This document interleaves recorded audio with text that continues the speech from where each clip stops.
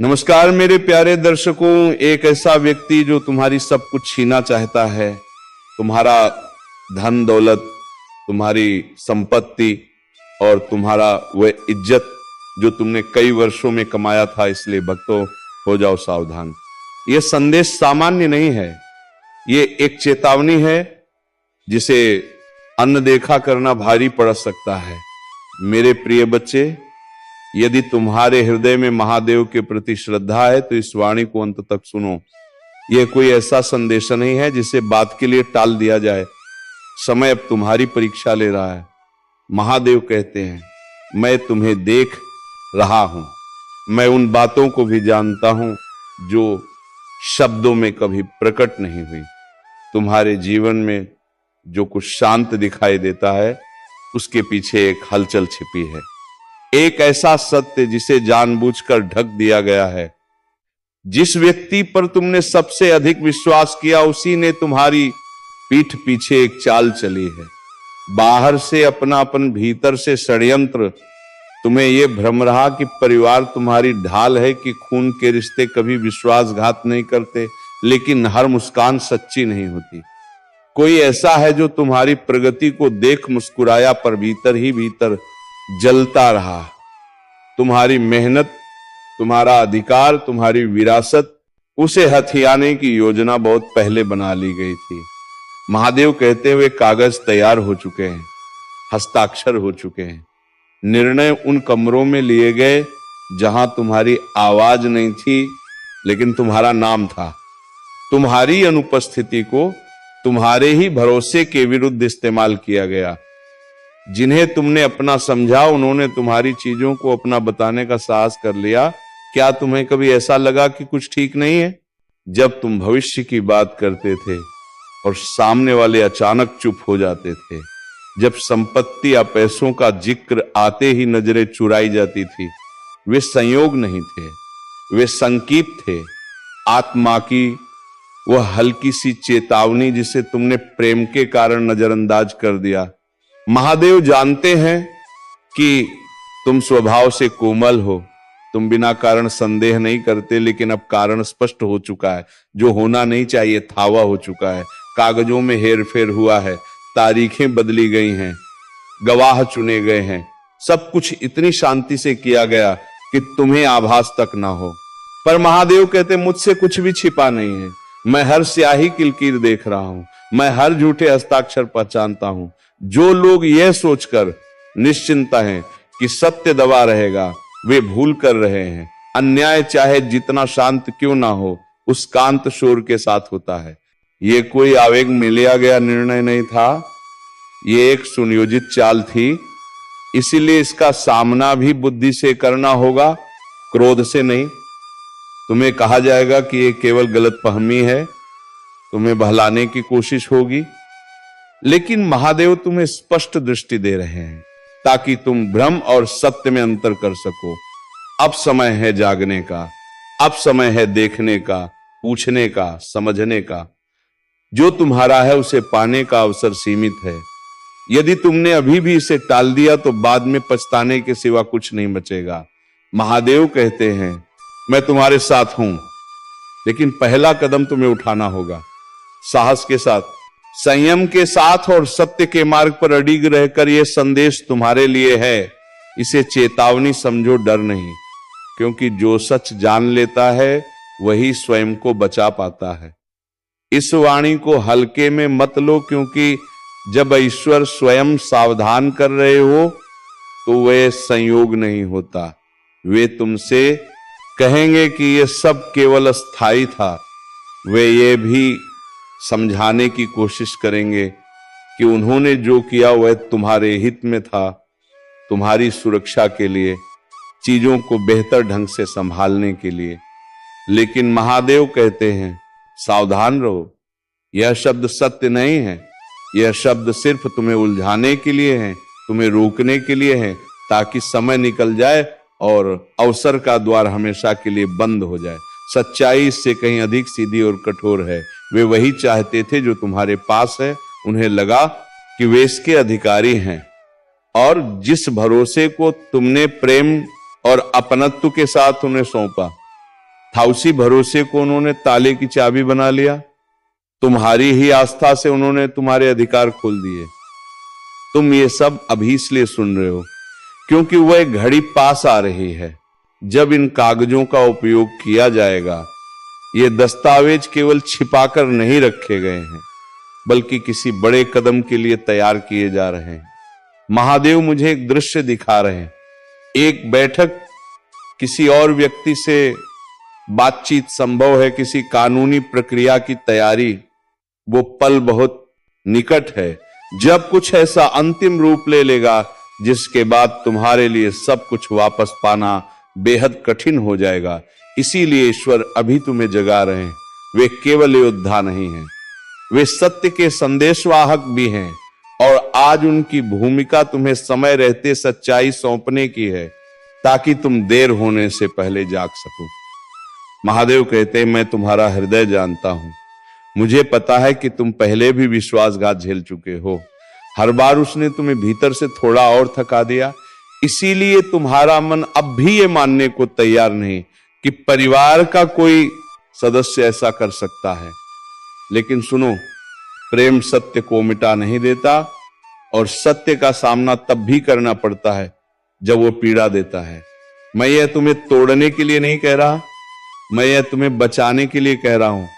यदि तुमने इसे अनदेखा किया तो नुकसान केवल धन या संपत्ति तक सीमित नहीं रहेगा। इसका प्रभाव तुम्हारे जीवन के हर हिस्से पर पड़ेगा। तुम्हारे चारों ओर जो सुरक्षा थी वह डगमगाने लगेगी। जो सामर्थ्य मैंने तुम्हें दी थी निर्माण करने की, आगे बढ़ने की, वो कमजोर पड़ने लगेगी। ये केवल जमीन या कागज की बात नहीं है, इससे जुड़े आशीर्वाद की बात है, उस उद्देश्य की बात है जिसके लिए यह सब तुम्हारे जीवन में रखा गया था। महादेव मुझे फिर एक चित्र दिखाते हैं। एक मेज, उस पर फैले हुए कागज, किसी के हाथ में कलम है, चेहरे पर एक ऐसी मुस्कान जिसमें पवित्रता नहीं है, घुटनों के बल किसी कमजोरी में नहीं बल्कि एक गहरे जुड़ाव में।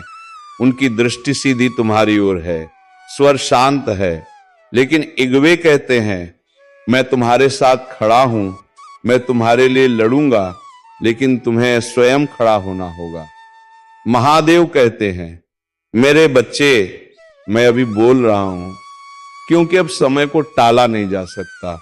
अंधकार उस सत्य को नहीं ढक सकता जो पहले से मेरी दृष्टि के प्रकाश में है। उनकी आवाज में तात्कालिकता है। ये कोई सामान्य संदेश नहीं, ये तुम्हारे लिए है व्यक्तिगत रूप से।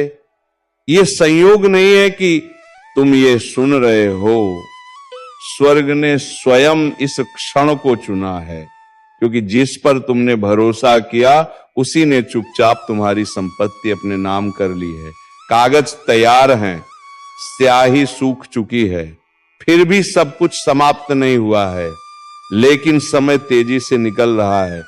अवसर की खिड़की अब खुली है और जल्द बंद हो जाएगी। तुम अभी उस विश्वासघात की गहराई को पूरी तरह नहीं समझ पा रहे हो जो तुम्हारे चारों ओर चुपचाप घूम रहा है।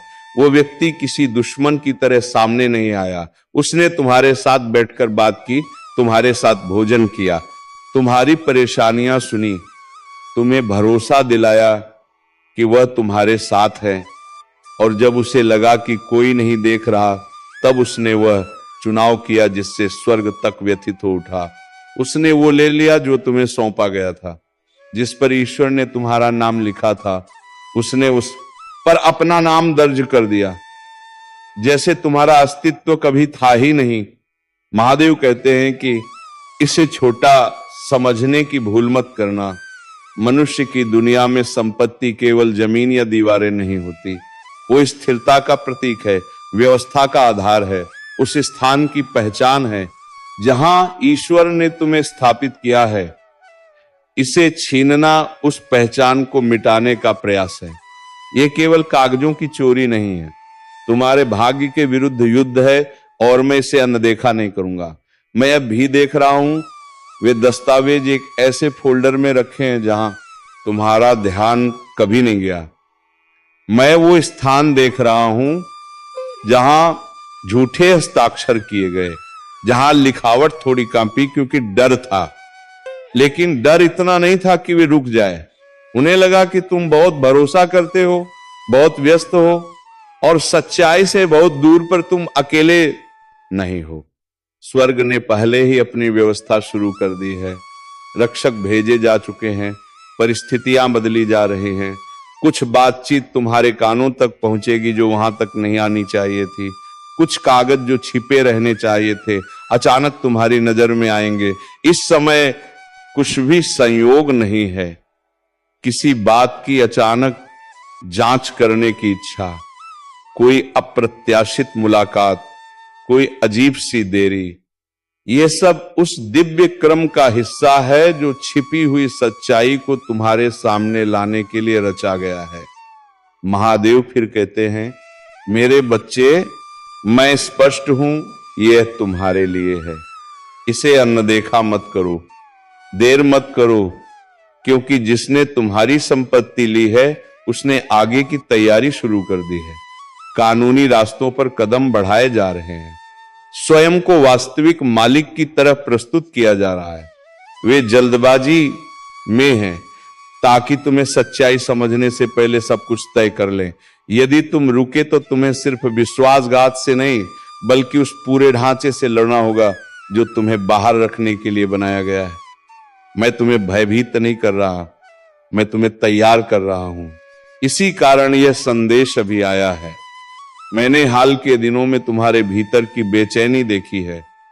वे क्षण जब तुम्हें लगा कि कुछ गलत है लेकिन शब्द नहीं मिले, वो तुम्हारा भ्रम नहीं था, वो मैं था।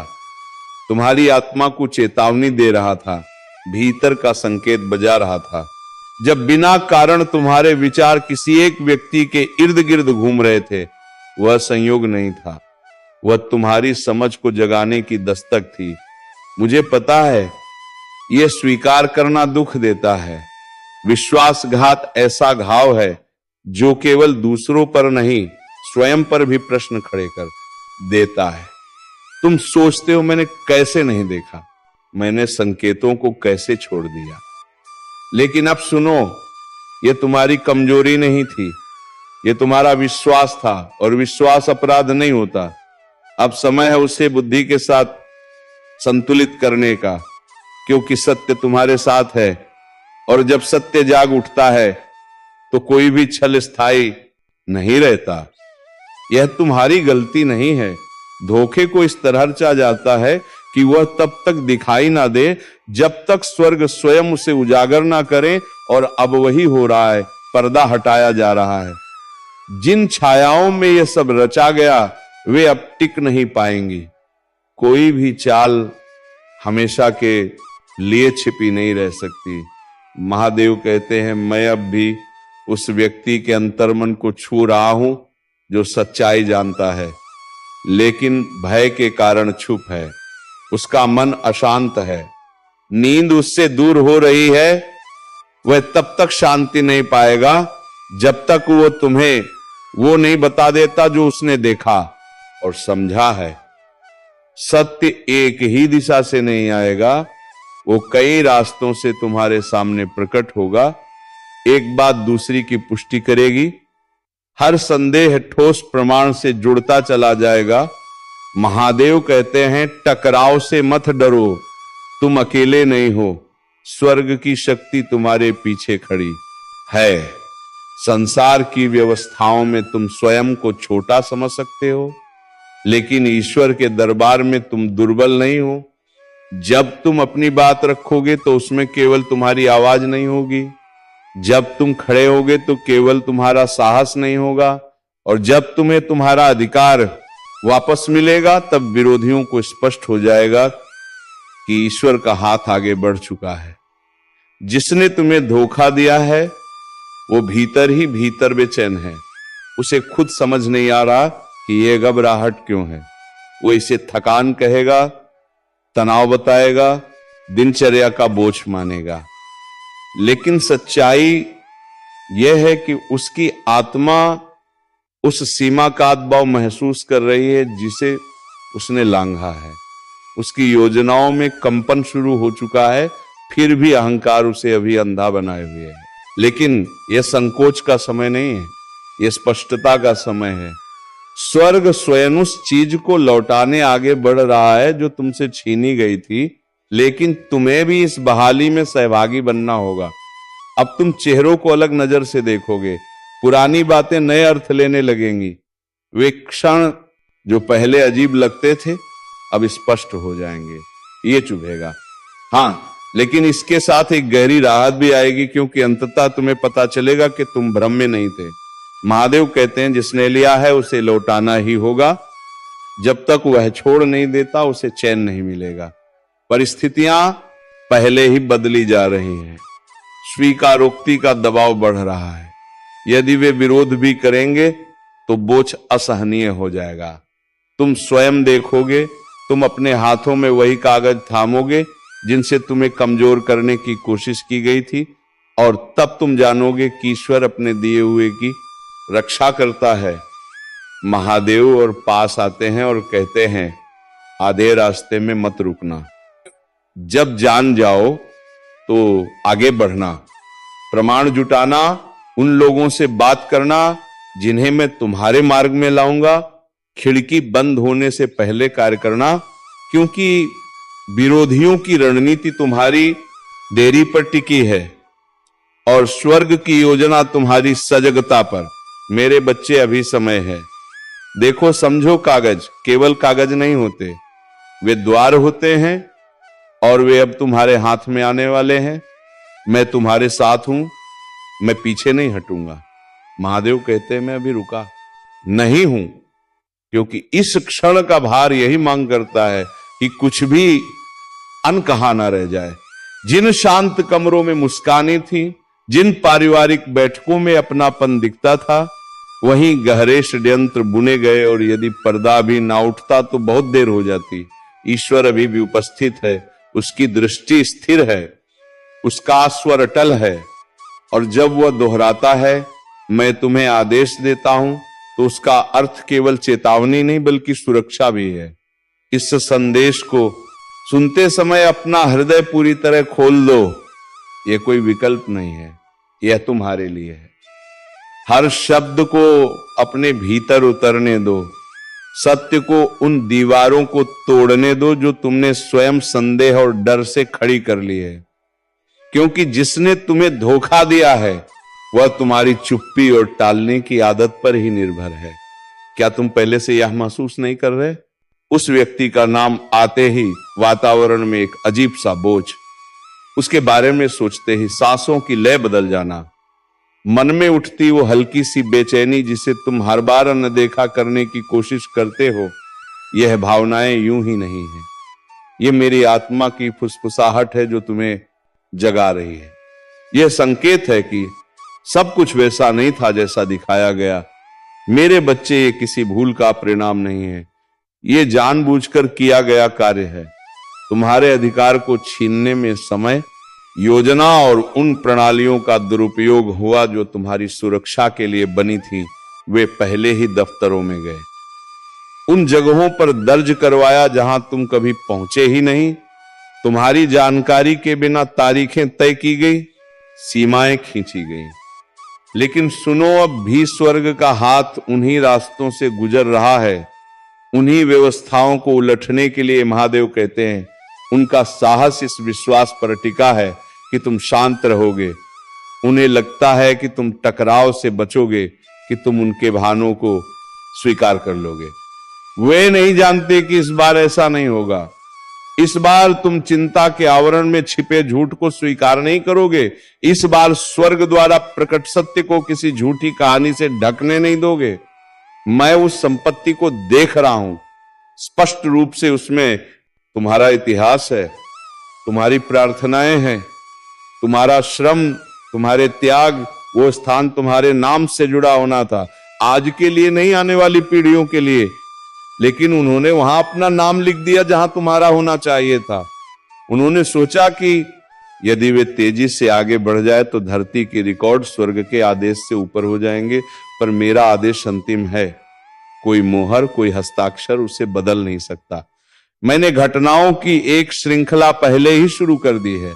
एक खोया हुआ लिफाफा कहीं सुनी गई अधूरी बातचीत, किसी परिचित का परिचित जो कुछ जानता है और अब चुप नहीं रह पा रहा, ये सब सही समय पर सामने आएंगे। किसी भी संकेत को छोटा मत समझना, हर बात महत्वपूर्ण है। महादेव कहते हैं, मैं तुम्हें अभी ये संदेश इसलिए दे रहा हूं क्योंकि ये तुम्हारे लिए है। मैं तुमसे व्यक्तिगत रूप से बोल रहा हूं। याना संयोग है ना, अचानक स्वर्ग तुम तक पहुंच रहा है और यही वह क्षण है जब तुम्हारी दृष्टि इन शब्दों से टकरा रही है। मैं खोखली बातें नहीं कर रहा, मैं वो सच्चाई लेकर आया हूं जिसे जानना अब आवश्यक है। एक भरोसेमंद पारिवारिक सदस्य जिस पर तुमने सुरक्षा का भरोसा किया था, उसने गुप्त रूप से तुम्हारी संपत्ति अपने नाम कर ली है। यह आरोप नहीं है, ये वो सत्य है जिसे स्वर्ग ने पूरी स्पष्टता से देखा है। कागज मौजूद है, वे वास्तविक है। उन पर हस्ताक्षर तुम्हारी सहमति के बिना, तुम्हारी जानकारी के बिना किए गए। उद्देश्य एक ही था, तुम्हें अंधेरे में रखना। इससे पहले कि बहुत देर हो जाए तुम्हें यह समझना होगा, अभी देखो, क्योंकि अदृश्य में जो हलचल है वह जल्द ही प्रत्यक्ष रूप लेगी।